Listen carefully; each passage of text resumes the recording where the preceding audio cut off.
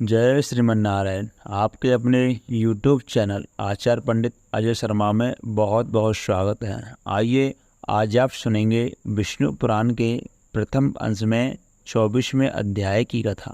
अगर आपने पिछले अध्यायों की कथा अभी तक श्रवण नहीं की है तो कृपा करके अवश्य श्रवण करें। इस समय चातुर्मास चल रहा है।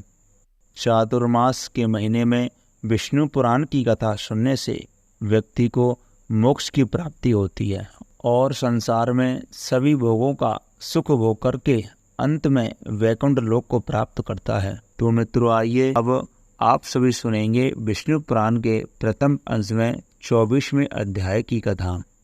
भादों के महीने में विष्णु पुराण की कथा सुनने से अनंत पुण्य फल की प्राप्ति होती है और भगवान विष्णु का आशीर्वाद सदा सदैव के लिए बना रहता है। विष्णु पुराण के 24वें अध्याय में भूगोल का विवरण बताया गया है। तो आइए मित्रों, कथा प्रारंभ करते हैं। बोलिए विष्णु भगवान की जय। श्री मैत्रेय जी बोले, हे ब्रह्मन, आपने मुझसे स्वयंभू मनु के वंश का वर्णन किया। अब मैं आपके मुखारविंद से संपूर्ण पृथ्वी मंडल का विवरण सुनना चाहता हूँ। हे मुने, जिसने भी सागर, द्वीप, वर्ष, समुद्र, पर्वत, वन, नदियाँ और देवता आदि की पुरियाँ हैं, उन सब का जितना जितना परिमाण है, जो आधार है, जो उपादान कारण है और जैसा आकार है, वैसा आप यथावत वर्णन कीजिए। श्री पाराशर जी बोले, हे मैत्रेय मुनि, सुनो, मैं इन सब बातों का संक्षिप्त से वर्णन करता हूँ। इनका विस्तार पूर्वक वर्णन तो 100 वर्ष में भी नहीं कर सकता। हे द्विज, जम्बू, प्लक्ष, साल्मक, कुश, क्रौच, शाक और सातवां पुष्कर, ये सातों द्वीप चारों ओर से खारे समुंदर, इक्षुरस, मदिरा, घृत, दधि, दूध और मीठे जल के 7 समुद्रों से घिरे हुए हैं। हे मैत्रेय, जम्बूद्वीप इन सब के मध्य में स्थित है और उसके भी बीचों बीच में सुवर्ण में सुमेरु पर्वत है, जिसकी ऊंचाई 84,000 योजन है और नीचे की ओर यह 16,000 योजन पृथ्वी में घुसा हुआ है। इसका विस्तार ऊपरी भाग से 32,000 योजन है तथा नीचे से तलैटी में से केवल 16,000 योजन है। इस प्रकार यह पर्वत इस पृथ्वी रूप कमल की कर्णिका कोश के समान है। इसके दक्षिण में हेममान, हेमकूट और विशद तथा उत्तर में नील, श्वेत और श्रृंगी नामक वर्ष पर्वत हैं, जो भिन्न भिन्न वर्षों का विभाग करते हैं। उनमें बीच के 2 पर्वत निषद और नील 1-1 लाख योजन तक फैले हुए हैं। इनके दूसरे 10-10 हजार योजन कम है, अर्थात हेमकूट और श्वेत 90-90 हजार योजन तथा हिमवान और श्रृंगी 80-80 हजार योजन तक फैले हुए हैं। वे सभी 2-2 हजार योजन ऊंचे और उतने ही चौड़े हैं। ये द्विज, मेरु पर्वत के दक्षिण की ओर पहला भारतवर्ष है तथा दूसरा किम पुरुष वर्ष और तीसरा हरिवर्ष है। उत्तर की ओर प्रथम रम्यक, फिर हिरण्यमय और तदनंतर उत्तर कुरु वर्ष है, जो द्वीप मंडल की सीमा पर होने के कारण भारतवर्ष के समान धनुष्कार है। हे द्विज श्रेष्ठ, इनमें से प्रत्येक का विस्तार 9-9 हजार योजन है तथा इन सब के बीच में इलाव्रत वर्ष है। उसमें सुवर्ण में सुमेरु पर्वत खड़ा हुआ है। हे महाभाग, यह इलाव्रत वर्ष सुमेरु के चारों ओर 9,000 योजन तक फैला हुआ है। इसके चारों ओर 4 पर्वत हैं। ये चारों पर्वत मानो सुमेरु को धारण करने के लिए ईश्वरकृत किलियां हैं, क्योंकि इनके बिना ऊपर से विस्तृत और मूल में संकुचित होने के कारण सुमेरु के गिरने की संभावना है। इनमें से मंदरांचल पर पूर्व में, गंधमादन दक्षिण में, विपुल पश्चिम में और सुपार्श्व उत्तर में हैं। ये सभी 10-10 हजार योजन ऊंचे हैं। इन पर 5 पर्वत हैं। 1 पर्वत उत्तर में, 2 पर्वत दक्षिण में, 3 पर्वत पूर्व में और 4 पर्वत पश्चिम में। ये सभी 10-10 हजार योजन ऊंचे हैं। 1 पर्वत उत्तर में, 2 पर्वत दक्षिण में, 3 पर्वत पूर्व में और 4 पर्वत पश्चिम में। ये सभी पर्वतों की ध्वजाओं के समान क्रमशः 1100 योजन ऊंचे कदम्ब, जम्बू, पीपल और वट के वृक्ष हैं। हे महामुने, इनमें जम्मू जामुन वृक्ष जम्मू द्वीप के नाम का कारण है। इसके फल महान गजराज के समान बड़े होते हैं। जब ये पर्वत पर गिरते हैं तो फटकर सब ओर फैल जाते हैं। उनके रस से निकली जम्बू नाम की प्रसिद्ध नदी वहाँ बहती है, जिसका जल वहाँ के रहने वाले पीते हैं। उसका पान करने से वहाँ के शुद्ध चित्त लोगों को पसीना, दुर्गंध, बुढ़ापा और इंद्रिय क्षय नहीं होता। इनके किनारे की मृत्तिका का इस रस से मिलकर मंद मंद वायु से सूखने पर जाम्बुनंद नामक सुवर्ण हो जाती है, जो सिद्ध पुरुषों का भूषण है। सुमेरु के पूर्व में भद्रास वर्ष और पश्चिम में केतुमाल वर्ष है तथा हे मुनिश्रेष्ठ, इन दोनों के बीच में इलाव्रत वर्ष है। इस प्रकार उसके पूर्व की ओर चैत्ररथ, दक्षिण की ओर मंदांचल और दक्षिण की ओर वैभाज्य और उत्तर की ओर नंदन नामक वन है तथा सर्वदा देवताओं से सेवनीय अरुणोदक, महारुद्र, असिलोद और मानस ये 4 सरोवर हैं। हे मैत्रेय, सीतांब, कुटुंब, कुररी, माल्यवान तथा केकंक तथा आदि पर्वत भूपद्म की मरणिका रूप सुमेरु के पूर्व दिशा में केसरांचल है। त्रिकुट, शरीर, पतंग, रुचुक और निषाद तथा केसरांचल उनके दक्षिण ओर है।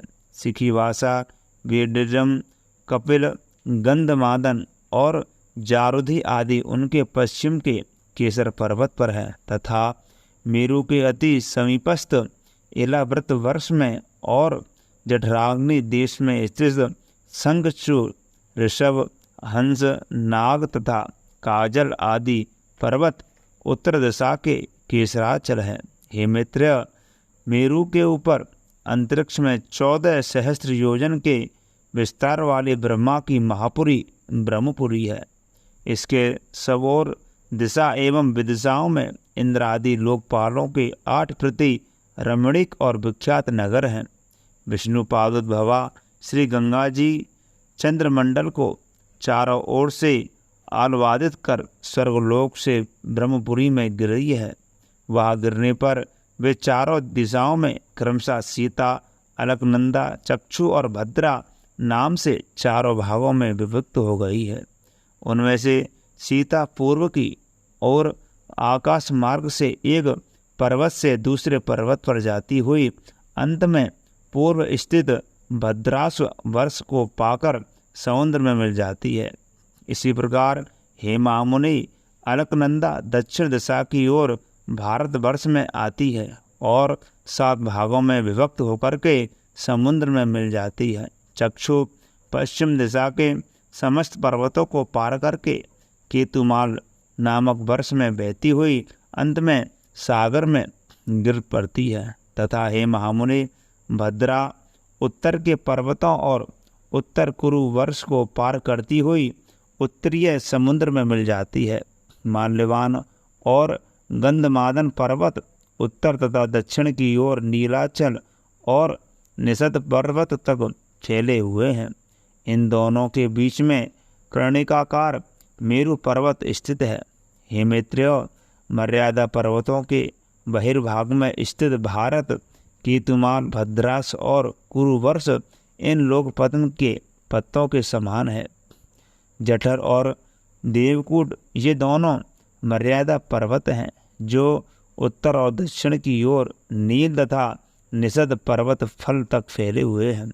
पूर्व और पश्चिम की ओर फैले हुए गंधमादन और कैलाश ये 2 पर्वत जिनका विस्तार 80 योजन है, समुद्र के भीतर स्थित हैं। पूर्व के समान मेरु की पश्चिम ओर भी निषद और पारियात्र नामक 2 मर्यादा पर्वत स्थित है। उत्तर की ओर त्रिभंग और जारुधि नामक पर्वत वर्ष है। ये दोनों पूर्व और पश्चिम ओर समुद्र के गर्भ में स्थित हैं। इस प्रकार हे मुनिवर, तुमने जठर आदि मर्यादा पर्वतों का वर्णन किया, जिनमें से 2-2 मेरु की 4 दिशाओं में स्थित है। हे मुने, मेरु के चारों ओर स्थित जिन शीतांत आदि केसर पर्वतों के विषयों में तुमने से कहा था, उनके बीच में सिद्ध आसन आदि से सेवित अति सुंदर कंदराएं हैं। हे मुनि सत्तमा, उनमें सुरम्य नगर तथा वन है और लक्ष्मी, विष्णु, अग्नि एवं सूर्य आदि देवताओं के अत्यंत सुंदर मंदिर हैं, जो सदा किन्नर श्रेष्ठों से सेवित रहते हैं। उन सुंदर पर्वत द्रोणियों में गंधर्व, यक्ष, राक्षस, दैत्य और दानवादी अहर्निश कीड़ा करते हैं। हे मुनि, ये संपूर्ण स्थान भौम पृथ्वी के स्वर्ग कहलाते हैं। ये धार्मिक पुरुषों के निवास स्थान है। पाप कर्म पुरुष इनमें से 100 जन्म में भी नहीं पा सकते। हे द्विज, श्री विष्णु भगवान भद्रासु वर्ष में हैग्रीव रूप से, केतुमार वर्ष में बरहा रूप से और भारत वर्ष में कूर्म रूप से हैं, तथा वे भक्त प्रतिपालक श्री गोविंद कुरु वर्ष में मत्स्य के रूप में रहते हैं। इस प्रकार से वे सर्व में सर्वव्यापी हरि विश्व रूप में से स्थित ही रहते हैं। हे मैत्रेय, वे सबके आधारभूत और सर्वात्मक है। हे महामुने, कुंभ पुरुष आदि जो 8 वर्ष हैं, उनमें शोक, श्रद्धा, उद्वेग और चुप्छा का आदि कुछ नहीं है। इस प्रकार वे सर्व में सर्वगामी श्री हरि विष्णु रूप से सर्वत्र ही रहते हैं। हे मैत्रेय, वे सबके आधारभूत और सर्वात्मक हैं। हे महामुने, किम पुरुष आदि जो 8 वर्ष हैं, उनमें शोक, श्रम, उद्वेग और क्षुधा का भय आदि कुछ भी नहीं है। वहाँ की प्रजा स्वस्थ, आतंकहीन और समस्त दुखों से रहित है, तथा वहाँ के लोग 10-12 हजार वर्ष की स्थिर आयु वाले होते हैं। उनमें वर्षा कभी नहीं होती, केवल पार्थिव फल ही है, और ना उन स्थानों में कृत त्रेतादि युगों की कल्पना ही है। हे द्विजोत्तमा, इन सभी वर्षों में 7 कुल पर्वत हैं और उनसे निकली हुई सैकड़ों नदियां हैं। तो मित्रों, ये रही विष्णु पुराण के 24वें अध्याय की कथा। तो बोलिए विष्णु भगवान की जय, लक्ष्मी नारायण भगवान की जय। प्रिय भक्तों, मैं आशा करता हूँ यह कथा आपको बहुत अच्छी ज़रूर लगेगी। तो कृपा करके इस वीडियो को अवश्य देखें और ज़्यादा से ज़्यादा लाइक करें, ज़्यादा से ज़्यादा शेयर करें और कमेंट बॉक्स में विष्णु भगवान की जय अवश्य लिखें। चातुर्मास में भगवान विष्णु की कथा सुनने से अनंत पुण्य फलों की प्राप्ति होती है और मरने के बाद मोक्ष की प्राप्ति होती है। जय श्री राधे, जय श्री कृष्णा।